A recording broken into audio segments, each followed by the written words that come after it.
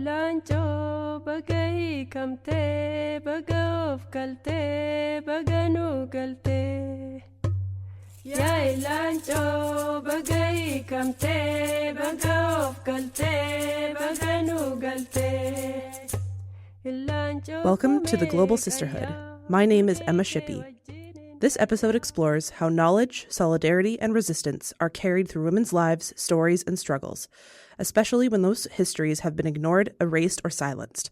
I am joined by Kuwee, a scholar from Oromia, Ethiopia, whose work centers Oromo women's experiences, feminist thought, and the intersections of culture, power, and education. Kuwee's scholarship bridges lived experience and critical inquiry, engaging questions of gender, identity, displacement, and resistance within Oromo society and beyond. Her work challenges dominant narratives and insists on the importance of women's voices as sites of knowledge, survival, and transformation. In this conversation, we will talk about knowledge as a form of resistance, Siinqee feminism, global feminism, and diaspora. This episode invites us to think about how knowledge itself can be an act of survival, how it preserves what systems of power attempt to erase, and how it opens space for justice and possibility. Kuwee would like to start with a piece about gratitude. I am grateful to Waka, the God of my ancestors, for the gift of life and love.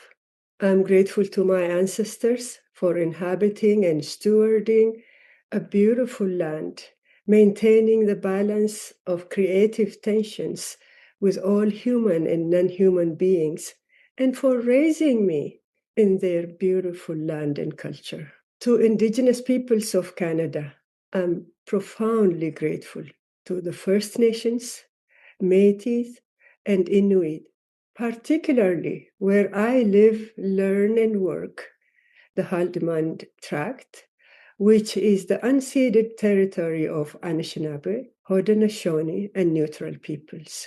My profound gratitude for stewarding this beautiful land on which I lighted, and for graciously welcoming me as a gift, not a burden. And I commit to offering meaningful support to Indigenous struggles for self-determination. To settler colonial Canada for offering apology to Indigenous peoples of this land. Although this apology mostly remains a gesture, this gesture itself keeps alive the hope of its translation to Indigenous self-determination. I am also grateful for giving me a shelter away from political violence in my homeland and bringing me home to light on this land that is stolen, and for co-opting me into the settlerhood, where I carve out this space to critically reflect on my distinct settler relations with Indigenous stewards of this land. To international human rights organizations around the world and committees to protect journalists who advocated for me relentlessly during the 10 long years of my incarceration as prisoner of conscience, who refused to give up even when they thought I had been summarily executed, and whose tenacity facilitated my freedom from bondage and my resettlement in this settler colonial Canada. To the dignified human beings suffering unimaginable cruelty of historical and current injustice around the world, whose blood was spilled and bones were crushed for protecting their land, for nurturing the well-being of Mother Earth, their natural environment, and their ecology. Those whose dignified humanity is torn asunder, whose lives are condemned to many phases of genocide and erasure, whose livelihoods and homes are reduced to rubbles, from Africa, Australia, the Americas, Asia, and Europe to the current epicenter of settler colonial violence in Palestine and the Middle East. To those who refuse to choose between their own repressive rulers and imperialist invaders posing as liberators, those who, against all odds, courageously and tenaciously continue to resist repression and injustice everywhere, who continue to sing lullabies to their babies through the living hell and keep the fiery spirit alive. And to those who bravely join the singing in solidarity from around the world and advocating for the suffering to end and the oppressed to be free, I pay my profound honor to your spirit and yearning for freedom, for collective liberation. Finally, coming to the immediate here and now, I'm grateful for our generative and resourceful Siinqee little sister, Anu, for creating this podcast opportunity, for bringing together you, Emma, and Siinqee sisters, so we can sit together and carry these engaging conversations. And to you, Emma, for choosing to work with us, for your diligence in doing your research and mapping out this podcast series in such depth and breadth. I would like to sing a song to draw my gratitude from the deep wells of my heart and let it shower in abundance. I pay tribute to the beautiful younger generation Oromo woman, Talile Fikru, who graced us with this beautiful song of gratitude by integrating her indigeneity into her Christian life. I sang it in my classrooms as a land acknowledgement with students and with the colleagues I worked with. Now I would like to sing it to offer my deepest honor to all those I named here. This song draws not just from the deepest core of my heart, but also from the deep wells of many people who continue to sing through suffering, injustice, and continue to inspire us everywhere. So this is the song, Emma. It's a call and response song, and it comes to life when we do it in call and response together. If you wish, we can sing it together. And we can sing it together if you wish. I would love to. Perfect. Thank you. So, Home, Galata, Home, Galata, Home, Galata, Home, Galata, Home, Galata, Home, Galata, Home, Galata, Home, Galata, Home, Galata, Home, Galata, Home, Galata, Home. Galata.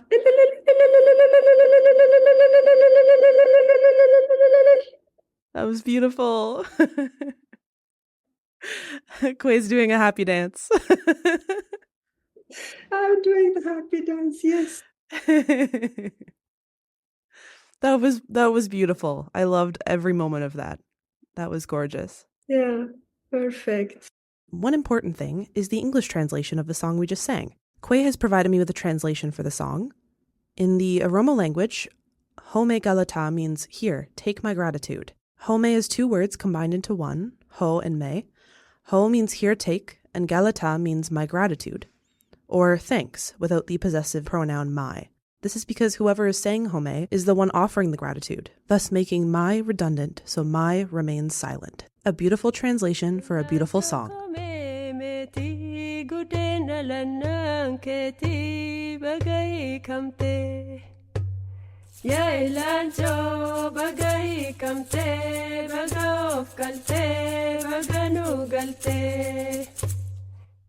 So maybe you can kind of talk more about what you mean when you say generic knowledge and knowledge production under Rupture.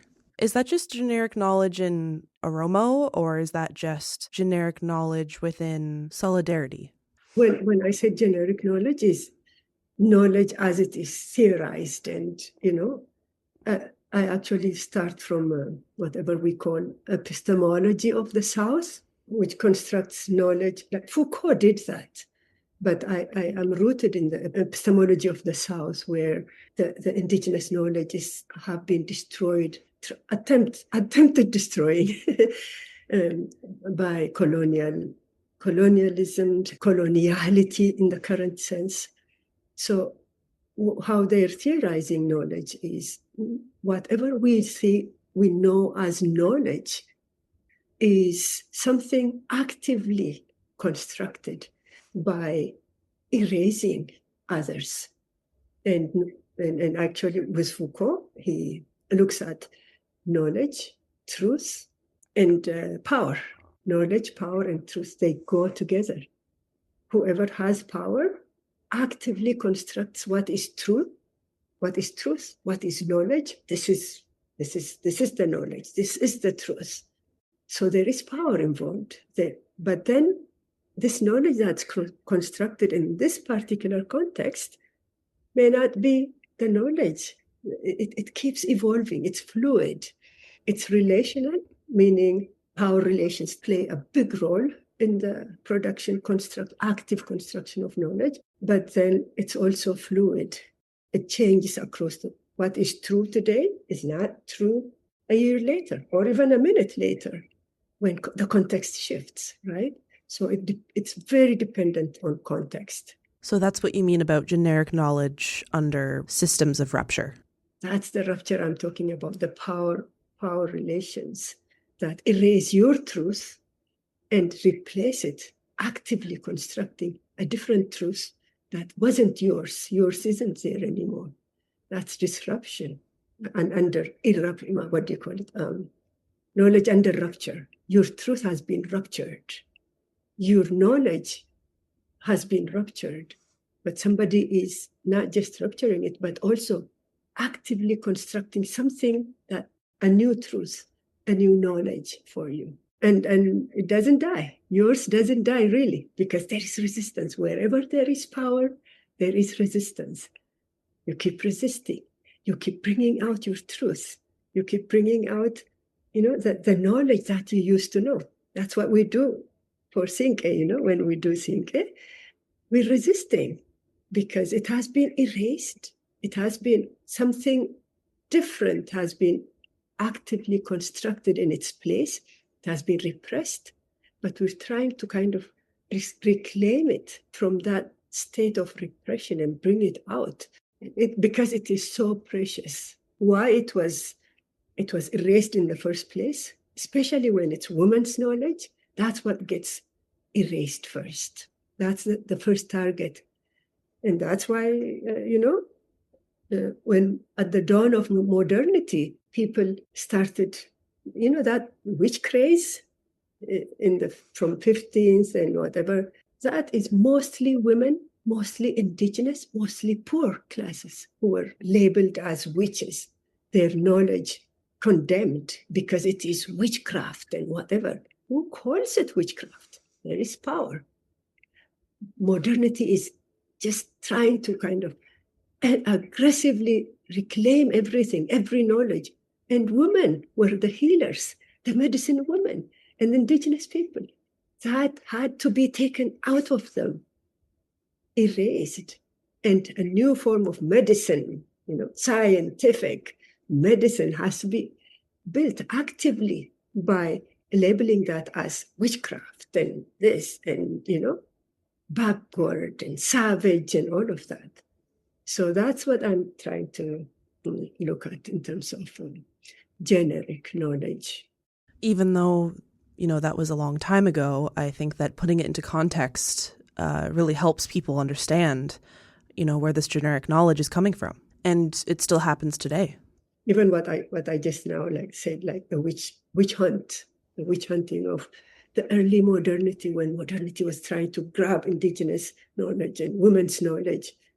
And, women, how many women's were feminists count the figure is something like 9 million people over the stretch of 300 years were burnt at the stake, were hanged, were drowned and not just hiddenly, openly, with the state power prosecuting them legally. They were being, savagely killed and murdered legally with legal proceedings. And the clergy, who were trying to kind of reclaim that healing power, because it is, there's religious authorities involved, there are the state involved, the legal system involved, in actively constructing this other knowledge and erasing women's knowledge by killing them and whatever. So yeah, that's the root of it. And that context is so important to understand how things shift over time. Even the fluidity of it, that it is constructed, this actively constructed knowledge changes over time. Remember when, who were those people who believed that the earth, it's the sun that goes around the earth, not the sun, the earth going around the sun, no. And if you went far enough, you would fall off the edge of the earth. That was knowledge at that time. But another form of knowledge came and, displaced that. It is fluid. What was believed at one point as truth changes over time when the context in which it is constructed actively it shifts. When the context shifts, the knowledge, the truth shifts. So it's really, from that broad perspective, these are concrete, but at the same time, really, really sweepingly broad. And within that context, why specifically do you think women's knowledge was suppressed? Now I go back to my Marxist analysis. My Marxist analysis says, like Friedrich Engels wrote about the state, the beginning of the state. When did state begin? And he drew on a North American indigenous knowledge that was created by, was it Henry Morgan, an anthropologist who studied indigenous people in North America. And the indigenous people had matriarchy. Their governance, their society was matriarchal. But there was no state. Communities lived together. It's communal. There was no surplus value that is being created. Whatever is surplus is distributed equally. It's women's governance, right? Children are everybody's, like the communities. And, whatever the community produces is common property. There's no individual property. There's no private property. That's where society starts, according to the Marxists, which is, they reduce it to class. What they say is the very first class oppression starts by replacing that mother's right by father's right. When it's matriarchal, it's mother's rights. And it's communal, it's egalitarian. It is whatever is surplus is distributed equally, whether it's in terms of material goods or spiritual goods or social capital. It's distributed equally. But when father's right takes over from matriarchy, patriarchy is just beginning to actually take roots. The first thing they did was remove the woman from governance, from communal egalitarian governance, lock them up in individual homes. That's the birth of the family. The family was the community in matriarchy, right? And now the family became individual under one. It's nuclear family, right? We're talking about a man that locks up the woman in the family. Once the woman is locked up in the family, the men can go around and fight and, take whatever is surplus into their individual hands, into their individual. And they started hiring soldiers who would fight for them. Each individual family would hire soldiers to fight. Remember, it's now the family being created. There's no state now. The state is the family, the head of the family, the head of the state is the head of the family that has locked up the women and hired soldiers to protect whatever surplus that he is usurping for himself. And then fighting starts between this family and that family because, this surplus, it's communal surplus. You're taking it alone. And then the other one says, I deserve it, whatever. So fighting starts. So the birth of the state as an arbiter of all of this, a neutral arbiter to arbitrate these conflicts among these men, whatever. The first casualty is the woman who was locked up in the house. And then once they started functioning, and the individual hired soldiers are not individuals anymore, they become the army of the state, the soldier of the state, and they start fighting others. And they start, that surplus thing has to be extraction started. Private property started. That private property moved from one family to a community of families that are dominant, and then to a state that wants to conquer the other state and whatever. The birth of colonialism. Colonialism comes into being and sweeps all over the land, the world, and kills off the indigenous people, grabs land, indigenous land, moves into every other corner and grabs somebody else's land because their land, it doesn't stop. Their thirst and hunger, their greed does not stop by just locking up women or by creating the state for themselves. But they have to conquer other states, other peoples' greed, colonial greed. So it sweeps across the world. And that is by creating the family, locking the woman within the family, creating a nation state, locking up the indigenous people or whoever is resisting within that context of the state, the nation state. Now this nation state can go conquer another and another. So that's the woman question is the radically, important question. But Marx and Engels called it class. The first class war is, they said, they reduced everything to class, right? Gender wasn't on the top of their issue. For them, it is class. What Engels says in that, the book is called The Origin of Family, Private Property, and the State. In that book, what he says is the very first class oppression is between the sexes, between the man and the woman. It's at the root of everything. If you don't lock up the woman, there would still be egalitarian society. There would still be communal ownership of property instead of individual private ownership.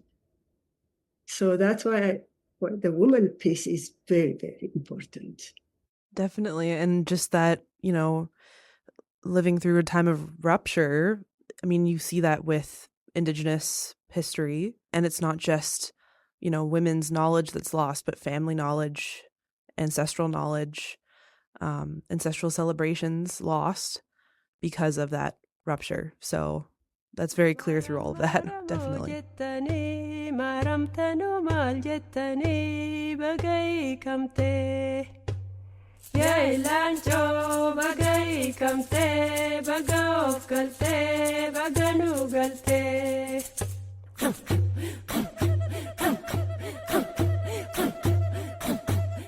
Maybe you can talk about how women, especially within Oromo culture, are archives of knowledge. They kind of hold this ancestral knowledge through the generations, and maybe you can speak on that a little bit. Yeah, women's knowledge is really part of the really profound indigenous knowledges, because it really they're actually demeaned for being closer to nature, right? Women are closer to nature. Why are they called closer to nature? Because they protect nature. They protect the environment. They nurture Mother Earth. They nurture the ecology. So they're really deeply embedded in the natural environment, in the natural world.